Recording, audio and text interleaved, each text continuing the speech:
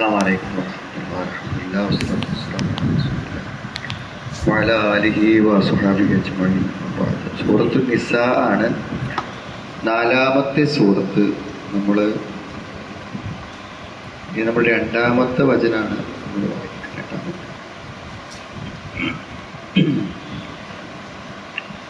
അഊദു ബില്ലാഹി മിനശ് ശൈത്വാനിർ റജീം.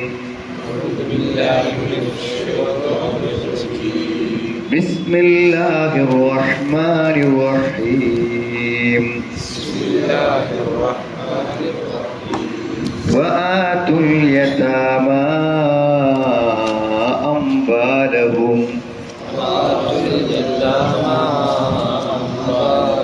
ولا تتبدلوا الخبيث بالطيب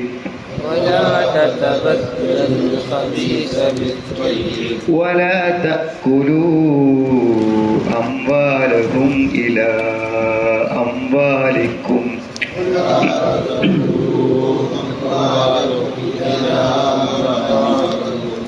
ولا تأكلوا أموالهم إلى أموالكم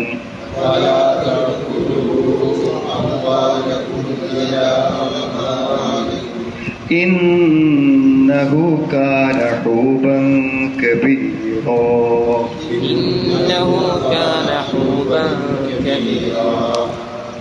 وإن خفتم ألا تقسطوا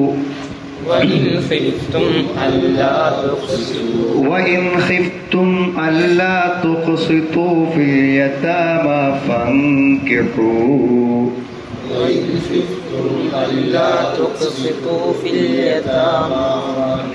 فانكحوا ما طاب لكم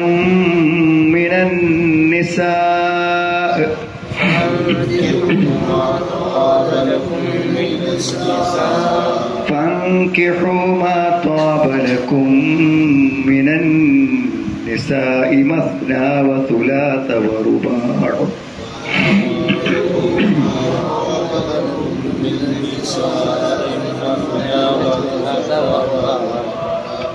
فإن خفتم ألا تعدلوا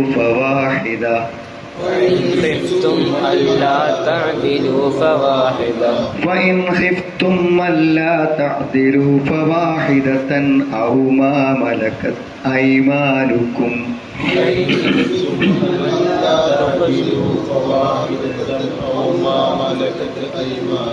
ذلك أدنى ألا تعولوا.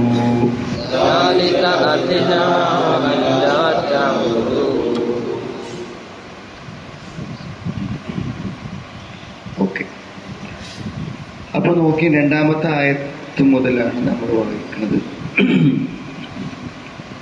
അപ്പൊ അള്ളാഹുവിനെ സൂക്ഷിക്കണം എന്നാണ് ഈ സൂറത്തിന്റെ തുടക്കത്തിൽ പറഞ്ഞിട്ടുള്ളത്. അതെന്തുകൊണ്ടാണ്?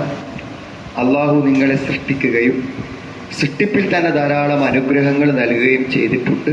അതുകൊണ്ട് അള്ളാഹുവിനെ സൂക്ഷിക്കണം എന്നാണ് തുടക്കത്തിൽ പറഞ്ഞത്. ഇനി നമ്മൾ മറ്റുള്ളവരോട് ചെയ്യേണ്ട കടമകളെ കുറിച്ച് പറയാം. അതിലേറ്റവും ആദ്യം പറയുന്ന കാര്യം അനാഥകളോടുള്ള കടമയാണ്.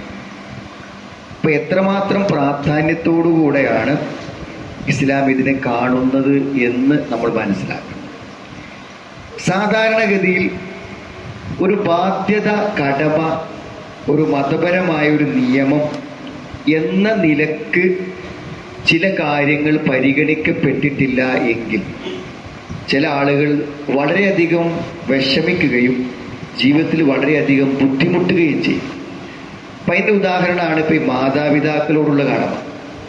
ഇപ്പം സാധാരണഗതിയിൽ പ്രായമായി വരുമ്പോൾ മാതാപിതാക്കൾ എന്തായിരിക്കും, അവരെ സംരക്ഷിക്കുക എന്നുള്ളത് ചിലപ്പോൾ ജീവിതത്തിലൊരു ഭാരമായിരിക്കും, ഒരു പ്രയാസമായിരിക്കും. അപ്പം അത് തങ്ങൾക്കൊരു അസൗകര്യം എന്ന നിലക്ക് കാണുന്നവരെ സംബന്ധിച്ചിടത്തോളം എങ്ങനെയെങ്കിലും അത് ഒഴിവായി കിട്ടാനാണ് അവരെന്ത് ചെയ്യുക, ആഗ്രഹിക്കുക. എന്നാൽ ഒരു കടമ എന്ന നിലയ്ക്ക് ഇസ്ലാം നിശ്ചയിച്ച ഒരു കടമ പ്രകാരം കാണുകയാണെങ്കിലോ എത്ര പ്രായമായാലും എത്ര വയസ്സായാലും ഒരു മരിക്കാതെ നമ്മളെപ്പം ഉണ്ടാവട്ടെ എന്നാ വിചാരിക്കും. കാരണം റഹിമാൻഫുറജിൽ ഒരു മനുഷ്യൻ അവൻ നശിക്കട്ടെ എന്നാണ്. എന്താ, പ്രായമായ മാതാക്കളെ കിട്ടിയിട്ടും സ്വർഗം നേടാൻ കഴിയാത്തത്. അപ്പൊ സ്വർഗം ഏറ്റവും എളുപ്പത്തിൽ ഒരാൾക്ക് കിട്ടാൻ പറ്റുന്ന ഒരു കാര്യം മാതാപിതാക്കളാണ്. മറ്റൊന്ന്, മാതാപിതാക്കളെ മാന്യമായി സംരക്ഷിക്കുന്ന, അവരുടെ പൂർണ്ണ സംതൃപ്തി ലഭിക്കുന്ന ഒരു വ്യക്തിക്ക് അയാളുടെ ജീവിതത്തിലെ എല്ലാ വ്യവഹാരങ്ങളും, അയാളുടെ ആരോഗ്യം, ആയുസ്, കച്ചവടം എല്ലാറ്റിലും ബർക്കത്തുണ്ടാവും.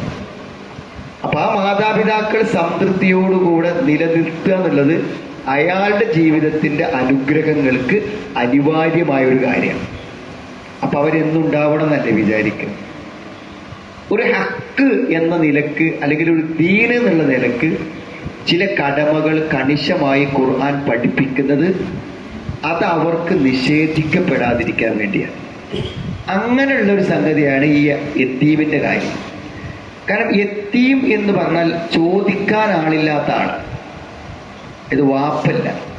അപ്പൊ അതുകൊണ്ട് ആ യത്തീമിന്റെ അവകാശങ്ങൾ നിഷേധിക്കപ്പെടാൻ സാധ്യതയുണ്ട്. അതുകൊണ്ട് ആ അനാഥയുടെ അവകാശത്തെക്കുറിച്ച്, അതിനോട് ചെയ്യേണ്ട ബാധ്യതയെക്കുറിച്ച് ഖുർആൻ അത്ര ശക്തമായി ഉണർത്തുന്നത് അതുകൊണ്ടാണ്. അപ്പോൾ ഏറ്റവും പ്രധാനപ്പെട്ട ഒരു കടമയാണ് അനാഥയോടുള്ള കടമ എന്ന് പറഞ്ഞാൽ.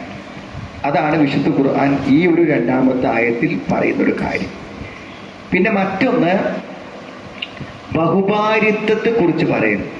ഒരു പുരുഷന് 2 മുതൽ 4 വരെ വിവാഹം കഴിക്കാം എന്ന് വിശുദ്ധ ഖുർആൻ പറയുന്നുണ്ട്. അത് ഒരു അനുവാദമാണ്, കഴിക്കാനുള്ള ഒരു അനുവാദം ഇസ്ലാം നൽകിയിട്ടുണ്ട്. ഒരു പുരുഷന് ഒരു കാരണങ്ങളും ഇല്ലെങ്കിലും അയാൾക്ക് 2-മതോ 3-മതോ 4-മതോ ഒക്കെ വിവാഹം കഴിക്കുവാൻ ഇസ്ലാമിൽ അനുവാദമുണ്ട്. ആ അനുവാദത്തോടൊപ്പം കണിശമായി വെച്ചിട്ടുള്ള ഒരു നിബന്ധനയാണ്, താൻ വിവാഹം കഴിച്ചു എന്നതിൻ്റെ പേരിൽ ഭാര്യയായി വരുന്ന ഒരു സ്ത്രീക്ക് യാതൊരു വിധത്തിലുള്ള ദ്രോഹവും യാതൊരു വിധത്തിലുള്ള അനീതിയും ഉണ്ടാവാൻ പാടില്ല. ഇപ്പൊ വിവാഹം കഴിക്കുന്ന ഒരാളെ സംബന്ധിച്ചിടത്തോളം അയാൾ നിർബന്ധമായും പാലിക്കേണ്ട ഒരു കാര്യം, ഞാൻ വിവാഹം കഴിക്കുന്നത് മൂലം ആ സ്ത്രീക്ക് ഏതെങ്കിലും നിലക്കുള്ള അനീതിയോ അക്രമമോ വിവേചനമോ ഉണ്ടാകുന്ന ഒരു സാഹചര്യം ഉണ്ടെങ്കിൽ ഒരു അനുവാദത്തെ സ്വീകരിക്കുന്നതിലേറെ പ്രധാനമാണ് എന്താണ്, ഒരു വ്യക്തിയുടെ സ്വസ്ഥതയും അതേപോലെ വിവാഹം കഴിക്കുന്ന വ്യക്തിയുടെ സമാധാനവും അതിൽ പ്രധാനപ്പെട്ട കാര്യം. അങ്ങനെയാണെങ്കിൽ ഒന്നുകൊണ്ട് മതിയാക്കാം. ഇതാണ് വിശുദ്ധ ഖുർആൻ ഈ കാര്യത്തിൽ പറഞ്ഞിട്ടുള്ള അടിസ്ഥാനപരമായിട്ടുള്ള നിലപാട്. നമ്മൾ വായിച്ചു പോകുമ്പോൾ നമുക്ക് അങ്ങനെ പറഞ്ഞു പോകാം. ആത്തുൽ യതാമാ അംവാലഹും, അനാഥകൾക്ക് അവരുടെ സ്വത്തുക്കൾ നിങ്ങൾ നൽകുക. നിങ്ങൾ എന്ത് ചെയ്യണം? വിട്ടുകൊടുക്കണം. അനാഥയുടെ സ്വത്ത് നിങ്ങൾ എന്ത് ചെയ്യണം? അനാഥക്ക് നൽകണമെന്നാണ്. ഇവിടെ ഈ അധ്യായത്തിൽ സൃഷ്ടികളോട് ചെയ്യേണ്ട ഏറ്റവും വലിയൊരു കടമയെക്കുറിച്ചാണ് അള്ളാഹു പറയുന്നത്. യത്തീമിന് സ്വത്ത് കൊടുക്കുക പറഞ്ഞാൽ, യത്തീമിൻ്റെ ഒരാൾ മരിക്കുമ്പോൾ ആ കുട്ടികളുടെ സ്വത്ത് തൽക്കാലം കൈവശം വെക്കുന്നത് ഈ കുട്ടിയുടെ രക്ഷാധികാരിയായിട്ടുള്ള ആളായിരിക്കും. കുട്ടിയുടെ അമ്മാവനാവാം, അല്ലെങ്കിൽ വാപ്പയുടെ സഹോദരങ്ങളാകാം, ആരുമാവട്ടെ. അങ്ങനെ കയ്യിൽ വെക്കുന്ന ആളുകൾ ആരാണോ അത് അവരിങ്ങനെ ഉപയോഗിച്ച് അതിൻ്റെ ഒരു സുഖം അറിഞ്ഞാൽ പിന്നെ അത് കൊടുക്കാൻ തോന്നൂല. പക്ഷെ എന്ത് വേണം? ആ കുട്ടിക്ക് പ്രായപൂർത്തി എത്തിക്കഴിഞ്ഞാൽ എന്ത് ചെയ്യണം? അതിൻ്റെ സമ്പത്ത് ആ കുട്ടിക്ക് തിരിച്ചു നൽകണം. ഒരു നിലക്കും ആ കുട്ടി അന്യായമായി എന്ത് ചെയ്യാൻ പാടില്ല? ഉപദ്രവിക്കപ്പെടാൻ പാടില്ല. അനാഥ എന്ന് പറഞ്ഞാൽ ഉദ്ദേശിക്കുന്നത് പ്രായപൂർത്തിയാകുന്നതിന് മുമ്പ് പിതാവ് മരണപ്പെട്ടു പോയ ആൾക്കാണ് പറയുക. അതോടെ ആ കുട്ടികളോട് വളരെ സ്നേഹത്തോടെയും കരുണയോടുകൂടെയും പെരുമാറുക എന്നത് ഓരോ വ്യക്തികളുടെയും ബാധ്യതയിൽപ്പെട്ട കാര്യമാണ്. വലാ തതബദ്ദലുൽ ഖബീസ ബിത്തൊയ്യിബ്, വളരെ പ്രധാനപ്പെട്ട ഒരു ആശയമാണ് ഇതിൽ. പണം നല്ലത് ചീത്ത എന്ന് വേർതിരിക്കുന്നതിനുള്ള മാനദണ്ഡം ആ പണം എങ്ങനെ നമ്മുടെ കയ്യിൽ വന്നു ചേരുന്നു എന്ന് പരിഗണിച്ചിട്ടാണ്. ഹലാലായ വഴിക്ക് വന്നു ചേരുകയാണെങ്കിൽ അത് നല്ല പണം, ഹറാമായ വഴിക്ക് വന്നു ചേരുകയാണെങ്കിലോ അത് മോശപ്പെട്ട പണം എന്നതാണ് വരിക. അപ്പോൾ ഏത് വഴിയിലൂടെ പണം നമ്മളിലേക്ക് എത്തുന്നു എന്നത് പരിഗണിച്ചുകൊണ്ടാണ് ധനത്തെ ഹബീസ് എന്നും മോശമായതെന്നും ത്വയ്യിബ് നല്ലതെന്നും പറയുന്നത്. വലാ തതബദ്ദലു, നിങ്ങൾ എന്ത് ചെയ്യുന്നു? മാറ്റിയെടുക്കരുത്, ബദലാക്കരുത്. ഒന്ന് കൊടുത്തിട്ട് മറ്റൊന്ന് എടുക്കുക. വലാ തതബദ്ദലു, നിങ്ങൾ മാറ്റിയെടുക്കരുത്. അൽ ഹബീസ, ചീത്തയെ, ബിത്തൊയ്യിബി, നല്ലതിനു പകരം. നല്ലതിനു പകരം ദുഷിച്ചതിനെ നിങ്ങൾ എന്ത് ചെയ്യരുത്? മാറ്റിയെടുക്കരുത് എന്ന് പറഞ്ഞാൽ അക്ലു മാലിൽ യതീമി ബിഗൈരി ഹഖ്, അനർഹമായി അനാഥയുടെ സമ്പത്ത് തിന്നുന്നതിനെയാണ് ഇത് പറയുന്നത്. അനാഥയുടെ സ്വത്ത് നിങ്ങൾ അന്യായമായി തിന്നരുതേ എന്ന് പറയുന്ന പകരമാണ് എന്ത് ചെയ്തത്? വലാ തതബദ്ദലു ഖബീസ ബിത്തൊയ്യിബി, നിങ്ങൾ എന്ത് ചെയ്യരുത്? അനാഥയുടെ സ്വത്ത് ചീത്തയെ നല്ല ശുദ്ധമായതിന് പകരം ചീത്തയായതിനെ നിങ്ങൾ എന്ത് ചെയ്യരുത്? മാറ്റിയെടുക്കരുത്. അപ്പം അനാഥന്റെ സ്വത്ത് നമ്മുടെ സ്വത്തിൽ കലർന്നാൽ അത് ചീത്തയാണ്. മാത്രമല്ല അനാഥയുടെ സ്വത്തിൽ നിന്ന് നമുക്ക് ന്യായമായി സംരക്ഷിക്കുമ്പോൾ ന്യായമായി ചിലപ്പോൾ എന്ത് ചെയ്യും?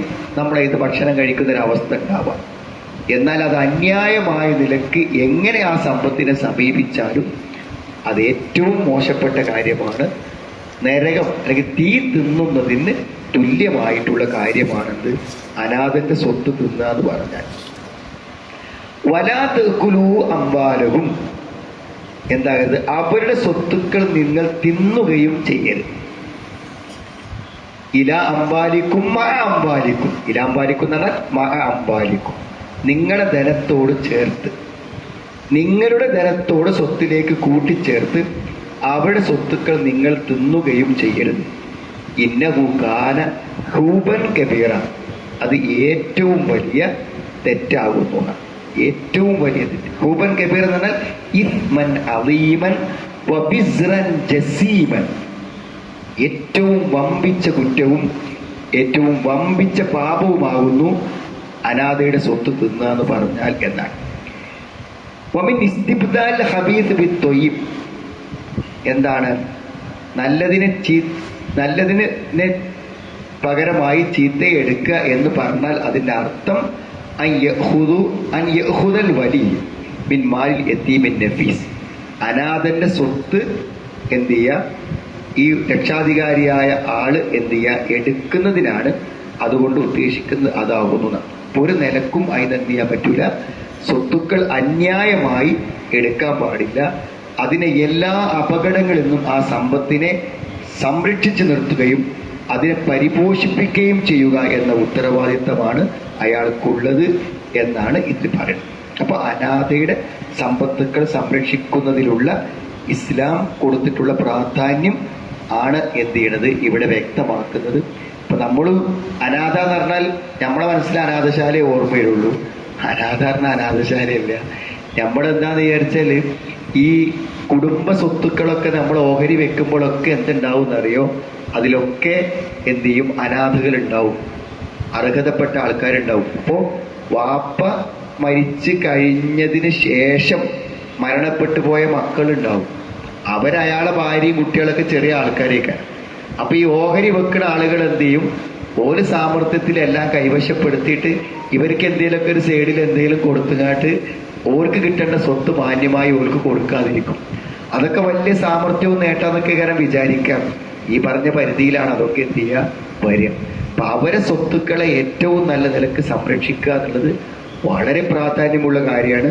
അള്ളാഹു ഒരു വസിയ്യത്തായി പറഞ്ഞിട്ടുള്ള കാര്യമാണ് എന്ന് നമ്മൾ എന്ത് ചെയ്യണം, മനസ്സിലാക്കണം. ഇനി എന്താ പറയണത്? وَإِنْ خِفْتُمْ أَلَّا تُقْسِطُوا فِي الْيَتَامَى وَإِنْ خِفْتُمْ أَلَّا تُقْسِطُوا فِي الْيَتَامَى അനാഥകളുടെ കാര്യത്തിൽ നീതി പാലിക്കുകയില്ലെന്ന് നിങ്ങൾ ഭയപ്പെടുന്നുവെങ്കിൽ. അപ്പൊ ഇതിന്റെ പശ്ചാത്തലത്തെക്കുറിച്ച് ധാരാളം അഭിപ്രായങ്ങൾ വന്നിട്ടുണ്ട്. ആയിഷ റളിയല്ലാഹു അൻഹയുടെ സഹോദരി പുത്രനായിട്ടുള്ള ഉർവത്ത് ബിൻ സുബൈർ റളിയല്ലാഹു അൻഹു ആയിഷനെ ചോദിക്കുന്നുണ്ട് ഈ ആയത്തിന്റെ ഉദ്ദേശം എന്താണ്. അപ്പൊ ഇത് പറയുന്നത് ജാഹിലിയ കാലത്ത് അങ്ങനെ ഒരു സമ്പ്രദായം ഉണ്ടായിരുന്നു. അതായത് ഒരു അനാഥ പെൺകുട്ടിക്ക് സ്വത്തുണ്ടെങ്കിൽ ആ സ്വത്ത പ്രായപൂർത്തിയായിട്ട് ആ കുട്ടിക്ക് കൊടുക്കാതെക്കാൻ വേണ്ടി അന്ന് എന്ത് ചെയ്യുന്നറിയോ, ഈ പെൺകുട്ടിയെ വിവാഹം കഴിക്കും. മിനിമം 10 ഭാര്യമാരില്ലാത്തവരൊക്കെ ചുരുക്കിയിരുന്നു എന്നാണ് ജാഹിലിയ കാലഘട്ടത്തിൽ. അപ്പൊ അതുകൊണ്ട് എന്ത് ചെയ്യാം, പെണ്ണിട്ട് എന്നുള്ളത് അവർക്കൊരു വിഷയമുള്ള സംഗതിയല്ല. അപ്പൊ അവരെന്ത് ചെയ്യും, ഈ കുട്ടിന്റെ സ്വത്ത് കിട്ടാൻ വേണ്ടിയിട്ട് എന്ത് ചെയ്യും, അതിനാണ് വിവാഹം കഴിക്കും. എന്നിട്ട് ആ സ്വത്ത് കൈകാര്യം ചെയ്യാന്നല്ലാതെ കല്യാണം കഴിച്ചിട്ടുള്ള വിവാഹം കഴിച്ച ആ സ്ത്രീയോട് യാതൊരു നീതിയും അവരെന്തായിരുന്നില്ല, പുലർത്തിയിരുന്നില്ല. അപ്പൊ ഈ അനാഥന്റെ സ്വത്ത് തട്ടിയെടുക്കാൻ വേണ്ടി കല്യാണം കഴിക്കുന്ന പരിപാടി അത് നിങ്ങൾ നിർത്തിയേക്കണം. മര്യാദക്ക് മഹർ കൊടുക്കൂല, മനസ്സിലായി, അവരെ വേണ്ട രൂപത്തിൽ സംരക്ഷിക്കൂല, പരിരക്ഷിക്കൂല. ആ സ്വത്ത് ഇങ്ങോട്ട് കിട്ടാൻ വേണ്ടി മാത്രമുള്ള ഒരു വിവാഹമാണ് അവർ നടത്തിയിരുന്നത്. ഈ സ്വത്ത് കണ്ട് വിവാഹം കഴിക്കുന്നവരും പലപ്പോഴും എന്താണ്, ഈ സ്ത്രീകളോട് നീതി പുലർത്താറില്ല. അനാഥന്റെ കാര്യം മാത്രം അവർക്ക് ആ പണേ ആവശ്യമുണ്ടാവും. അപ്പൊ ഉദ്യോഗം കണ്ടിട്ടോ ജോലി കണ്ടിട്ടോ ഒക്കെ കല്യാണം കഴിക്കുകയാണെങ്കിൽ ആ പണം എങ്ങനെ സമർത്ഥമായി കിട്ടുമെന്നതിനുപരി ആ വ്യക്തിക്കൊരു പ്രാധാന്യം ഉണ്ടാവും. അതുകൊണ്ടാണ് പലപ്പോഴും സ്ത്രീധന വിവാഹങ്ങളിലൊക്കെ സ്ത്രീധനം കിട്ടാൻ വേണ്ടി മാത്രം ഒരു സ്ത്രീയെ കല്യാണം കഴിക്കുന്ന ആളുകളെ സംബന്ധിച്ചിടത്തോളം അവരൊരു ഭാര്യ എന്ന പരിഗണന ആ സ്ത്രീക്ക് ജീവിതത്തിൽ ലഭിക്കാറില്ല. ഈ സ്ത്രീധന സമ്പ്രദായങ്ങളൊക്കെ എടുത്തു പോയപ്പോഴാണ് പെണ്ണിനൊരു പെണ്ണിന്റെ പരിഗണന കിട്ടുന്നൊരവസ്ഥ ഉണ്ടായത്. പണമാണ് മുഖ്യമെങ്കിൽ ആ പണത്തിനായിരിക്കും പ്രാധാന്യം. അതുകൊണ്ട് എപ്പോഴും നമ്മൾ മനസ്സിലാക്കേണ്ടത്, പണം നമ്മൾ കൊടുത്ത് ശീലാക്കിയാൽ, സ്ത്രീധനമായിട്ടല്ല, വിവാഹം കഴിച്ചു വരുന്ന മരുമക്കൾക്കൊക്കെ പണം കൊടുത്ത് ശീലാക്കിയാൽ ആ പണം അനുസരിച്ച് മാത്രമായിരിക്കും അവളോടുള്ള നിലപാട്. അതുകൊണ്ട് ഏറ്റവും പ്രധാനം ആ പെൺകുട്ടി ആയിരിക്കണം. അത് കഴിഞ്ഞിട്ടേ പണത്തിന് എന്ത് ചെയ്യാൻ പറ്റുള്ളൂ, പരിഗണന ഉണ്ടാവാൻ പാടുള്ളൂ. ഇവിടെ പണത്തിന് വേണ്ടി മാത്രമാണ് വിവാഹം, എന്നിട്ട് അവളെ ഒരു നിലക്കും എന്ത് ചെയ്യില്ല, സംരക്ഷിക്കപ്പെടാതിരിക്കുകയും ചെയ്യുന്ന അവസ്ഥയുണ്ടാകും. അതുകൊണ്ട് വൈന ഖിഫ്തും അല്ലാ തുഖ്സിതു ഫിൽ യതാമ, അനാഥകളുടെ കാര്യത്തിൽ നീതി കാണിക്കാൻ കഴിയില്ലെന്ന് നിങ്ങൾ ഭയപ്പെടുകയാണെങ്കിൽ, അപ്പൊ നിങ്ങളുടെ സംരക്ഷണത്തിന് കീഴിലുള്ള അനാഥ മക്കളുടെ കാര്യത്തിൽ നിങ്ങൾക്ക് നീതി പാലിക്കാൻ കഴിയില്ലെന്ന് പറയുകയാണെങ്കിൽ പല നിലക്കുണ്ട്. ഒന്ന് എന്താണ്, അവരെ ഏറ്റെടുത്ത് വിവാഹം കഴിച്ചാൽ നീതിപൂർവം പെരുമാറി അവരെ കൊണ്ടടക്കാൻ പറ്റുകയില്ല എന്നാണെങ്കിൽ നിങ്ങൾ അവരെ കല്യാണം കഴിക്കരുത്, അവരെ ചൂഷണം ചെയ്യരുത്. അത് അനാഥയെ ഉപദ്രവിക്കലാണ്. അനാഥന്റെ സ്വത്ത് പിടിച്ചു പറിക്കുന്ന പോലെ തന്നെ മറ്റൊരു വഴിയാണ്. അപ്പൊ നിങ്ങൾ എന്ത് ചെയ്യണം, ഫൻകിഹൂ, നിങ്ങൾ വിവാഹം കഴിക്കുക. മാ ത്വാബലക്കും, മാ ത്വാബലക്കും, നിങ്ങൾക്ക് എന്താണ് നന്നായി തോന്നുന്ന, നിങ്ങൾക്ക് ഏറ്റവും നന്നായി തോന്നുന്നവരെ നിങ്ങൾ വിവാഹം കഴിക്കും. നല്ല വ്യാഖ്യാനം ഉണ്ടായിട്ടുള്ളൊരു വാക്കാണ് ഈ മാ ത്വാബലക്കും. ത്വാബ എന്നുള്ളത് നേരത്തെ പറഞ്ഞ തൊയ്യിബ് എന്നുള്ള വാക്ക് തന്നെ ഉള്ളതാണ്. അതായത് പല ആളുകൾക്കും പറ്റുന്ന ഒരു വലിയ അബദ്ധം, അത് നാസിറു സഅദി റഹ്മത്തുള്ളാഹി ഇവിടെ ചൂണ്ടിക്കാണിച്ചിട്ടുണ്ട്. പല ആളുകളും വിവാഹം കഴിഞ്ഞതിനു ശേഷമാണ് അവൾ അങ്ങനെയാണ്, ഇവൻ അങ്ങനെയാണ്, അവരുടെ സ്വഭാവം അങ്ങനെയാണ്, അവരുടെ തറവാടന്നെ അങ്ങനെയാണ് എന്നൊക്കെ പറഞ്ഞ് ഈ കല്യാണം കഴിച്ച ആളുടെ തകരാറൊക്കെ കണ്ടെത്തൽ എപ്പോഴാണെങ്കിൽ കല്യാണം കഴിച്ച് 10 കൊല്ലം കഴിഞ്ഞിട്ട്. അതിന് നിങ്ങൾ നിൽക്കരുത്. നിങ്ങൾക്ക് അന്വേഷിച്ച് നല്ലതാൻ തോന്നിയിട്ടാണ് കെട്ടേണ്ടത് എന്നാണ്. അതാണ് ഈ ആയത്തിന്റെ അർത്ഥം. മാ ത്വാബലക്കും, നിങ്ങൾക്ക് നല്ലതാണോ അല്ലേ എന്ന് നിങ്ങൾ ആദ്യം നോക്കണം, എന്നിട്ടാണ് വിവാഹം കഴിക്കേണ്ടത് എന്ന്. അതുകൊണ്ടാണ് ഒരു അന്യ സ്ത്രീ ആയിരുന്നിട്ട് പോലും പെണ്ണ് കണ്ടിട്ടേ കല്യാണം കഴിക്കാൻ പറ്റുള്ളൂ എന്ന് പറഞ്ഞത്. ഒരു അന്യ സ്ത്രീനെ നോക്കാൻ പറ്റൂല എന്ന് പറഞ്ഞ ഇസ്ലാം തന്നെയാണ് കല്യാണം കഴിക്കുന്ന പെണ്ണിനെ പോയി നോക്കണം എന്ന് പറഞ്ഞത്. എന്താ നോക്കണം പറയാൻ കാരണം? നാ ത്വാബലക്കുന്ന, നിങ്ങൾക്ക് നന്നായി തോന്നുന്നത്. അപ്പൊ ഈ നന്നായി തോന്നുക എന്ന് പറയുന്ന ഇതിന്റെ ഒരാശയം എന്താണ് എന്നതാണ്. എന്ന് പറഞ്ഞാൽ നിങ്ങൾക്ക് മാ വഖ അലൈഹിന്ന ഇഖ്തിയാർ, നിങ്ങളുടെ ഇഖ്തിയാർ, നിങ്ങളുടെ സെലക്ഷൻ എന്താണ്? ആരെയാണോ തെരഞ്ഞെടുക്കുന്നത് അവരെ. അതെന്തൊക്കെ നോക്കും?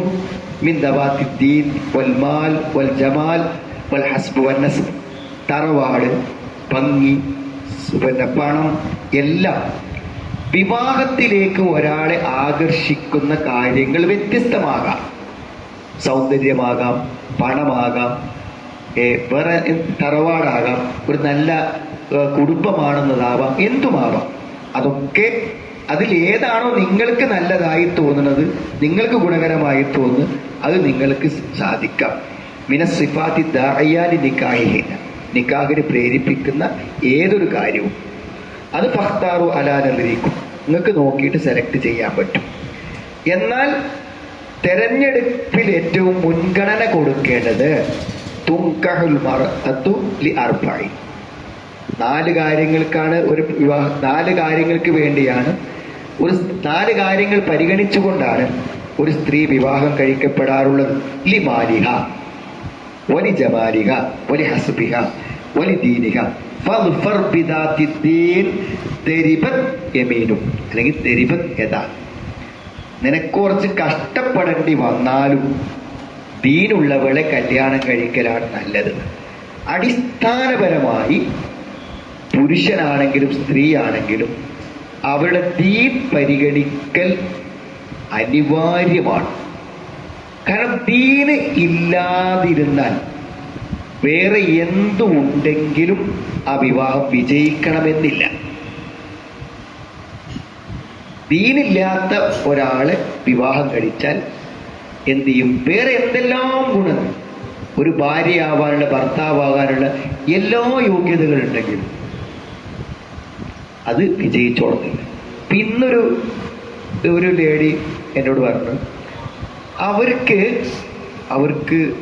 അവരുടെ കുട്ടികളൊക്കെ ഏറ്റവും നല്ല മക്കളാണ്, അവരൊക്കെ വിവാഹം കഴിഞ്ഞു, വളരെ സമാധാനമായിട്ടാണ് ജീവിക്കുന്നത്, ഒരു വിഷമം അവരുടെ വിവാഹത്തിലൊന്നും എനിക്കില്ല, ഭയങ്കരമായ അനുഗ്രഹങ്ങൾ അത് തന്നിട്ടുണ്ട്, ഭർത്താവിന് അത്രയും വലിയ സാമ്പത്തിക ശേഷിയുണ്ട്, എല്ലാം ഉണ്ട്. പക്ഷെ ഇന്ന് ഞാൻ അയാളുടെ കൂടെ ജീവിക്കണ്ടേ? എനിക്കാണെങ്കിൽ 30-30 വർഷമായി ഒന്ന് ജീവിക്കണം, അയാൾ ഒഴിവാക്കാനും വയ്യ. അപ്പൊ എന്താണ്, അയാൾ എപ്പോഴും ഇവിടെ കണ്ണ് തെറ്റിയാൽ അയാൾ എന്ത് ചെയ്യും? അവിഹിതങ്ങൾക്ക് പോകും. അത് ഇവര് പിടിക്കും ചെയ്യും. അപ്പോഴൊക്കെ കാലുപിടിച്ച് പറയുന്നില്ല, ഇതില്ല, എത്രയോ വട്ടം പറഞ്ഞ് ഇപ്പൊ വീണ്ടും സംഭവിക്കും. അപ്പൊ എന്താണ് അവിടെ എന്താ ഇല്ലാത്തത്? മക്കളുണ്ട്, അവർക്ക് നല്ല ഭാവിയുണ്ട്, വീടുണ്ട്, കുടുംബമുണ്ട്, കാറുണ്ട്, എല്ലാം ഉണ്ട്. എന്താ ഇല്ലാത്തത്? അപ്പൊ അവരോട് എനിക്ക് ജീവിക്കേണ്ട അയാളെ കൂടെ, എനിക്ക് വെറുപ്പാണ്, എനിക്ക് കാണണ്ട എന്നാ പറഞ്ഞു. ദീനാണ് എല്ലാം. വീട്ടിലെ ചെലവ്, നമ്മളെ അനുസരണം, ചെലവഴിക്കുന്നിടത്തുള്ള സൂക്ഷ്മത, മറ്റുള്ളവരുമായ ബന്ധത്തിലുള്ള പരിശുദ്ധി, എല്ലാം ദീനാണ്. പെരുമാറുമ്പോഴുള്ള വിനയം, സ്വഭാവം, നല്ല സംസാരം, എന്തെല്ലാം ഉണ്ട്, അതൊക്കെ ദീനാണല്ലോ. ദീനല്ലാത്ത എന്താ ഉള്ളത്? ദീനല്ലാത്ത എന്താണ്? എല്ലാം ദീനാണ്. അവിടെ ദീനുണ്ടോ എല്ലാം ഉണ്ട്, ദീനില്ലേ ഒന്നുമില്ല. ആണായാലും പെണ്ണായാലും. അതോടൊപ്പം ലുഫർന്നത് വിജയിക്കുന്നു. ദീനുള്ളവളെ കൊണ്ട് നീ വിജയിക്കുന്ന പറഞ്ഞു. ദീനുള്ളവളെ കൊണ്ട് നീ വിജയിക്കും. മസ്ന മിനൻ നിസാ, സ്ത്രീകളിൽ നിന്നും നിങ്ങൾ എന്ത് ചെയ്യുക? നിങ്ങൾക്ക് നന്നായി തോന്നിയവരെ എന്നതാണ് സെലക്ഷൻ കേട്ടോ. നന്നായി തോന്നിയവരെ മസ്ന വതുലാസ വറുബാ. എന്താണ് ഈ 2 അല്ലെങ്കിൽ 3, 4? 2, 3, 4. 4-ലപ്പുറം പറ്റൂല. നബി സ്വല്ലല്ലാഹു അത് പ്രത്യേകം അനുവദിച്ചു എന്ന് സൂറത്ത് അഹ്സാബിലുണ്ട്. വേറെ ആർക്കും പറ്റിയിട്ടില്ല, അനുവദിക്കപ്പെട്ടിട്ടില്ല. രണ്ടാമതൊരു വിവാഹം കഴിക്കാൻ ആളുകൾ പല ന്യായങ്ങളും പറയാറുണ്ട്. ഒരു സ്ത്രീനെ സംരക്ഷിക്കാനാണ്, അവൾക്ക് 3 കുട്ടികളുണ്ട്, അവർക്ക് വാപ്പല്ലാത്തതുകൊണ്ട് ഒരു വാപ്പയാകാൻ വേണ്ടിയിട്ടാണ്, അങ്ങനെ പലതും പറയും. എന്തൊക്കെ പറഞ്ഞാലും ഈ തഫ്സീറൊക്കെ വായിക്കുമ്പോൾ മനസ്സിലാകുന്നത് രണ്ടാമത് കല്യാണം കഴിക്കാനുള്ള അടിസ്ഥാന കാര്യം എന്താണ്? ഒരു സ്ത്രീയെ കൂടെ ആവശ്യമുള്ളത് കൊണ്ടാണ് എന്നത് മാത്രം. ആ ആവശ്യകതയുടെ അനിവാര്യത കൊണ്ടാണ് ജീവിതത്തിൽ എത്രയോ പ്രശ്നങ്ങൾ ഉണ്ടാകുമെന്ന് അറിഞ്ഞിട്ടും അപൂർവം ചിലരെങ്കിലും വിവാഹത്തിന് തയ്യാറാകുന്നത് അതുകൊണ്ടാണ്. ഈ തഫ്സീറിലൊക്കെ പറഞ്ഞു. ഇപ്പൊ 4-നെ പറ്റി പറഞ്ഞത് 4 വിവാഹം കൊണ്ട് എന്താണ് ഇത്തരം പ്രശ്നങ്ങൾ പരിഹരിക്കപ്പെടാത്ത ആളുകൾ ഉണ്ടാവുക അപൂർവമാണ് എന്നാണ് നാസിർ സായിദ് റഹ്മത്തുള്ളാഹി തന്നെ ഇതിൽ തീരുമാനം. ഇപ്പൊ വേറെ കുറെ ന്യായങ്ങളാണ് ആൾക്കാർ പറയാൻ. എന്ത് ന്യായം പറഞ്ഞാലും അടിസ്ഥാനപരമായ കാര്യം ഇതാണ്. അപ്പൊ ഇതില് വലിയ ഒരു ശതമാനം പുരുഷന്മാരെയൊക്കെ സംബന്ധിച്ചിടത്തോളം ഒരു ഭാര്യ ഭർത്താക്കന്മാരായി ഒരു ഭാര്യയായി ജീവിച്ചാലും അയാളുടെ എല്ലാ കാര്യങ്ങളും എന്ത് ചെയ്യും, മുന്നോട്ട് പോകും. പക്ഷെ എന്ത് സംഭവിക്കുന്നതെന്ന് ചോദിച്ചാൽ ഒരിക്കലും എന്തില്ല, പുരുഷന്മാരാകട്ടെ സ്ത്രീകളാകട്ടെ നമ്മുടെ ദാമ്പത്യ ജീവിതത്തിൽ തൻ്റെ കൂടെ ജീവിക്കുന്ന ആൾക്ക് വേണ്ടി തന്നെ കൊണ്ട് കഴിയാവുന്നത് പരമാവധി ചെയ്തു കൊടുക്കുക എന്നത് പലപ്പോഴും സംഭവിക്കാത്തത് കൊണ്ടാണ് പലപ്പോഴും വിവാഹ ജീവിതത്തിലൂടെ ഓരോരുത്തരുടെയും ആവശ്യങ്ങളും ലക്ഷ്യങ്ങളും പൂർത്തിയാകാതെ പോകുന്നത്. അവനവർ കഴിയുന്നത് പരമാവധി ചെയ്തു കൊടുക്കാൻ 2 പേരും തയ്യാറാവാത്തത് കൊണ്ടാണ് ഒരു വിവാഹം കൊണ്ട് പലർക്കും മതിയാവാതെ വരുന്നത്. അപ്പോൾ ഇത്തരം കാര്യങ്ങൾ എന്ത് ചെയ്യണം, ദമ്പതികളായ ആളുകൾ പലപ്പോഴും ശ്രദ്ധിക്കാതെ പോകുന്നുണ്ട് എന്നൊരു വശം ഇതിൽ പ്രധാനമായിട്ടുണ്ട് എന്നർത്ഥം. ഇനി നോക്കൂ, നിങ്ങൾ പറയണത് ഫഇൻ ഖിഫ്തും അല്ലാ തഅദിലു, ഫഇൻ ഖിഫ്തും അല്ലാ തഅദിലു. ഇനി നിങ്ങൾക്ക് നീതി പ്രവർത്തിക്കുകയില്ലെന്ന് നിങ്ങൾ ഭയപ്പെടുന്നുവെങ്കിൽ, ബഹുഭാര്യത്വത്തെ അനുവദിക്കുക എന്നുള്ളത് ഒരു അനുവാദം മാത്രമാണ്. പക്ഷേ ഇവിടെ അത് എടുത്തു പറയുന്നൊരു കാര്യം, അങ്ങനെ വിവാഹം കഴിക്കുമ്പോൾ നീതി പാലിക്കുന്നതിനെ കുറിച്ച് നിങ്ങൾ ഭയപ്പെടുന്നുവെങ്കിൽ ഫവാഹിദ, അപ്പോൾ ഒരുവളെ മാത്രം വിവാഹം കഴിക്കുക. അപ്പൊ ഒരുവളെ മാത്രം വിവാഹം കഴിക്കുക എന്നും ഖുർആനിലുണ്ട്. 4 പേരെ വിവാഹം കഴിക്കാമെന്നും ഖുർആനിലുണ്ട്. അതപ്പോ എന്താ അങ്ങനെ? ഒരു നിലക്കും രണ്ടാമത്തെ ഭാര്യയോടാവട്ടെ 1-ാമത്തെ ഭാര്യയോടാവട്ടെ വിവാഹത്തിന് ശേഷം യാതൊരു വിധത്തിലുള്ള അക്രമവും, ഇതാ അമിന അലാ നഫ്സിഹി അൽ ജൗറു വദ്ദുൽ, തൻ്റെ ഭാഗത്തു നിന്നൊരു അക്രമവും അനീതിയും ഉണ്ടാകില്ലെന്ന് അവന് ഉറപ്പ് വേണം.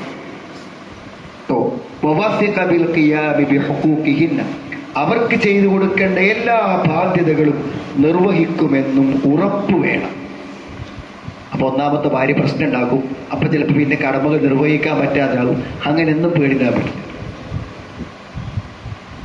എന്ത് വന്നാലും ഞാൻ വിവാഹം കഴിച്ചിട്ടുണ്ടോ, ഞാൻ എൻ്റെ കടമകൾ നിർവഹിക്കും എന്ന് അയാൾക്ക് ഉറപ്പ് വേണം. ഇന്ന് വിവാഹങ്ങൾ പരാജയപ്പെടുന്നത് ഈ ഉറപ്പില്ലാത്തവരും കല്യാണം കഴിച്ചിട്ടാണ് ഇന്ന് എന്ത് ചെയ്യണത്, 2-ാമത്തെ വിവാഹങ്ങളിൽ പ്രശ്നങ്ങൾ ഉണ്ടാകുന്നതിന്റെ കാരണം. ഇനിയോ ഈ കാര്യത്തിൽ എന്തെങ്കിലും പേടി ആർക്കെങ്കിലും ഉണ്ടെങ്കിൽ ഒന്നേ പറ്റൂ. അതല്ലെങ്കിൽ ഓന്റെ ദുനിയാവിനും പരലോകത്തിനും അത് ദോഷപരമായി തീരും. അതല്ലെങ്കിലോ ഔമാ മലക്കത്ത് ഐമാനുക്കും, നിങ്ങളുടെ വലം കൈ ഉടമപ്പെടുത്തപ്പെട്ടവർ, നിങ്ങളുടെ വലം കൈ അതായത് അടിമകൾ, അവർക്ക് അവരുടെ സംരക്ഷണത്തിൽ വരുന്ന അടിമകൾ, ഇത് മാത്രമേ പറ്റുള്ളൂ എന്നാണ്. ദാലിക അദ്ന അല്ലാ തഊലു, അതൊക്കെ മുഴുവൻ വായിക്കണം.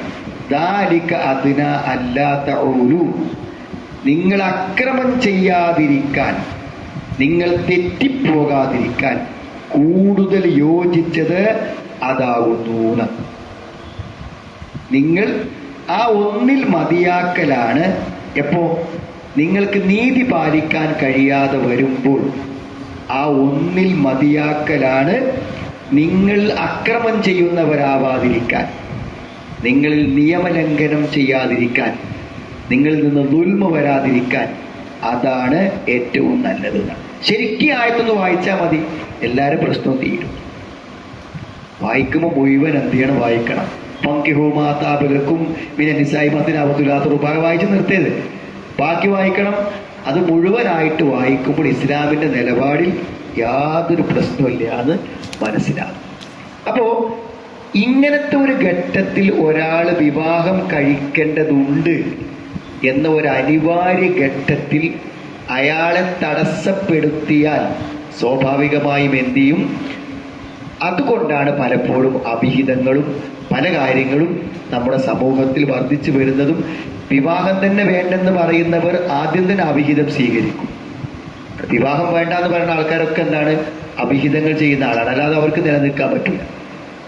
ലീഗലായി വേണമെങ്കിൽ ലീഗൽ അല്ലാത്ത രൂപത്തിലുള്ള ബന്ധങ്ങൾ ഉണ്ടായിരുന്നു. പല നാട്ടിലും 3ഉം 4ഉം ഇപ്പം തന്നെ വേണത് ഒരു ഭാര്യയും ഒരാൾക്കൊരു ഭാര്യയും ഒരു കാമുകിയും വേണമെന്നാണ് ഇപ്പോഴത്തെ പുതിയ സോഷ്യൽ മീഡിയയിലെ ചർച്ചകൾ. അപ്പൊ അങ്ങനത്തെ ഒരു വാദത്തിലേക്ക് എന്തുകൊണ്ടാണ് എത്തുന്നതെന്ന് ചോദിച്ചാൽ സ്വാഭാവികമായത് ഇസ്ലാമിന്റെ ആ വിവാഹത്തിന്റെ മഹത്വവും പരിശുദ്ധിയും കാര്യങ്ങളൊക്കെ ശരിക്കും മനസ്സിലാക്കാത്തത് കൊണ്ടാണ് അങ്ങനെ വരുന്നത്. ദാലിക അല്ലാത്ത ഓരോ നിങ്ങൾ അക്രമം ചെയ്യാതിരിക്കാൻ അതാണ് ഏറ്റവും നല്ലത് എന്നാണ്. അക്രമം ചെയ്യാന്ന് പറഞ്ഞാൽ വഅദുൽ ഖിയാമി ബിൽ വാജിബ്, പെണ്ണെട്ടിയിട്ട് അതിന്റെ കടമ നിർവഹിക്കാതിരിക്കുക, അവരെ ശരിക്കും സംരക്ഷിക്കാതിരിക്കുക. അതന്നെയാണ് വലൗകാന മുബാഹൻ. പെണ്ണെട്ടിൽ അനുവദനീയമാണ്, അനുവദനീയമായിരിക്കെ തന്നെ തന്റെ ബാധ്യതകൾ നിർവഹിക്കുകയും വേണം. അല്ല യംബഗി ലഹു അൻ യതഅറദ. എന്ത് ചെയ്യാൻ പറ്റൂല? ഈ അക്രമത്തിന് കാരണമുണ്ടാകുകയാണെങ്കിൽ ഒരിക്കലും അയാൾ വിവാഹം കഴിക്കാൻ പറ്റുകയില്ല. ബൽ യൽസിമു സ്സഅ വൽ ആഫിയ. അയാൾ എന്തായിക്കോട്ടെ ഈ ഉള്ള ഭാര്യയെ കൊണ്ട് സമാധാനത്തിലും സന്തോഷത്തിലും ജീവിക്കട്ടെ. ഫഇന്നൽ ആഫിയത, ഈ ആഫിയത്ത് എന്നുള്ളത് അള്ളാഹു ഒരടിമക്ക് നൽകിയ ഏറ്റവും വലിയ സമ്മാനമാണ്. സമാധാനമായിട്ട് സുഖമായിട്ട് ജീവിക്കുക എന്നുള്ളത് ഏറ്റവും. ആ സുഖം ഒരാൾക്ക് അനുഭവിക്കണമെങ്കിൽ എന്ത് വേണം? നീതിപൂർവം പെരുമാറാൻ കഴിയുമെങ്കിൽ അവിടെയും അയാൾക്ക് സമാധാനം കിട്ടും. നീതിപൂർവം കഴിയാത്ത ഒരാളാണെങ്കിൽ അതിന് മെനക്കെടരുത് എന്നാണ് ഈ ആയത്തിൽ നിന്ന് നമുക്ക് എന്തെങ്കിലും മനസ്സിലാക്കുന്ന കാര്യം. ഇവിടെ കുറേ സംഗതികൾ പറയേണ്ട സമയമല്ല. ബഹുഭാരിത്വം ഇസ്ലാം എന്തുകൊണ്ട് അനുവദിച്ചു എന്നതിൻ്റെ കാരണങ്ങളെക്കുറിച്ച് എന്ത് ചെയ്യുന്നുണ്ട്? ധാരാളം കാര്യങ്ങൾ പറയുന്നുണ്ട്. അതിനെ വിമർശിക്കുന്ന ആളുകളുടെ വിമർശനങ്ങൾക്ക് ഈ ആയത്തിനൊക്കെ കണ്ടമാനം ദുർവ്യാഖ്യാനം ചെയ്തിട്ടുണ്ട് പുതിയ പല വ്യാഖ്യാതാക്കളും. അതിനൊക്കെ അമാനി മൗലവി അതിൻ്റെ തഫ്സീറിൽ വളരെ വിശദമായിട്ട് എന്ത് ചെയ്യുന്നുണ്ട്. എന്നിട്ട് ഇപ്പോൾ മക്കളില്ലാത്ത ആളുകൾക്ക് വിവാഹം കഴിക്കേണ്ടി വരും. അതേപോലെ തന്നെ ഭാര്യമാരെന്താണ്, തൻ്റെ ഭാര്യ രോഗിയാകുമ്പോൾ ആ ഭാര്യയെ സംരക്ഷിക്കാൻ വിവാഹം കഴിച്ച ആൾക്കാരുണ്ട്. ഏത് രോഗിയായ ഭാര്യയെ സംരക്ഷിക്കാൻ വേണ്ടി വിവാഹം കഴിച്ച ആൾക്കാരുണ്ട്. യാതൊരു പ്രശ്നങ്ങളും ഇല്ലാതെ ചില ഘട്ടങ്ങളിൽ വിവാഹങ്ങൾ കഴിച്ച് മുന്നോട്ട് പോകുന്ന എത്രയോ ദാമ്പത്യ സാഹചര്യങ്ങളുണ്ട്. അതൊക്കെ പഠിച്ച് മനസ്സിലാക്കുമ്പോൾ ഇസ്ലാം എന്തിനാണ് അനുവദിച്ചത് എന്ന് ചിന്തിക്കുന്ന പല ആളുകളുണ്ട്. സ്ത്രീകളിൽ തന്നെ പല ആളുകളുണ്ട്. പക്ഷെ അതിൻ്റെ അനിവാര്യമായ ഘട്ടങ്ങളിൽ അത്തരം ചില സന്ദർഭങ്ങളിൽ അത് അനുവദിക്കപ്പെടുന്നു എന്നത് ഇസ്ലാമിൻ്റെ വിശാലമായിട്ടുള്ള ഒരു നിയമം തന്നെയാണ്. അതിന് അതിൻ്റെതായ ഗുണങ്ങളുണ്ട് എന്ന് മനസ്സിലാക്കാൻ പറ്റും. ഇതുപോലെ നോക്കാം. أعوذ بالله من الشيطان الرجيم. بسم الله الرحمن الرحيم. وآتوا اليتامى أموالهم ولا تتبدلوا الخبيث بالطيب. وآتوا اليتامى أموالهم ولا تتبدلوا الخبيث ولا تأكلوا أموالهم إلى أموالكم ولا تأكلوا أموالهم إلى أموالكم إنه كان حوبا كبيرا.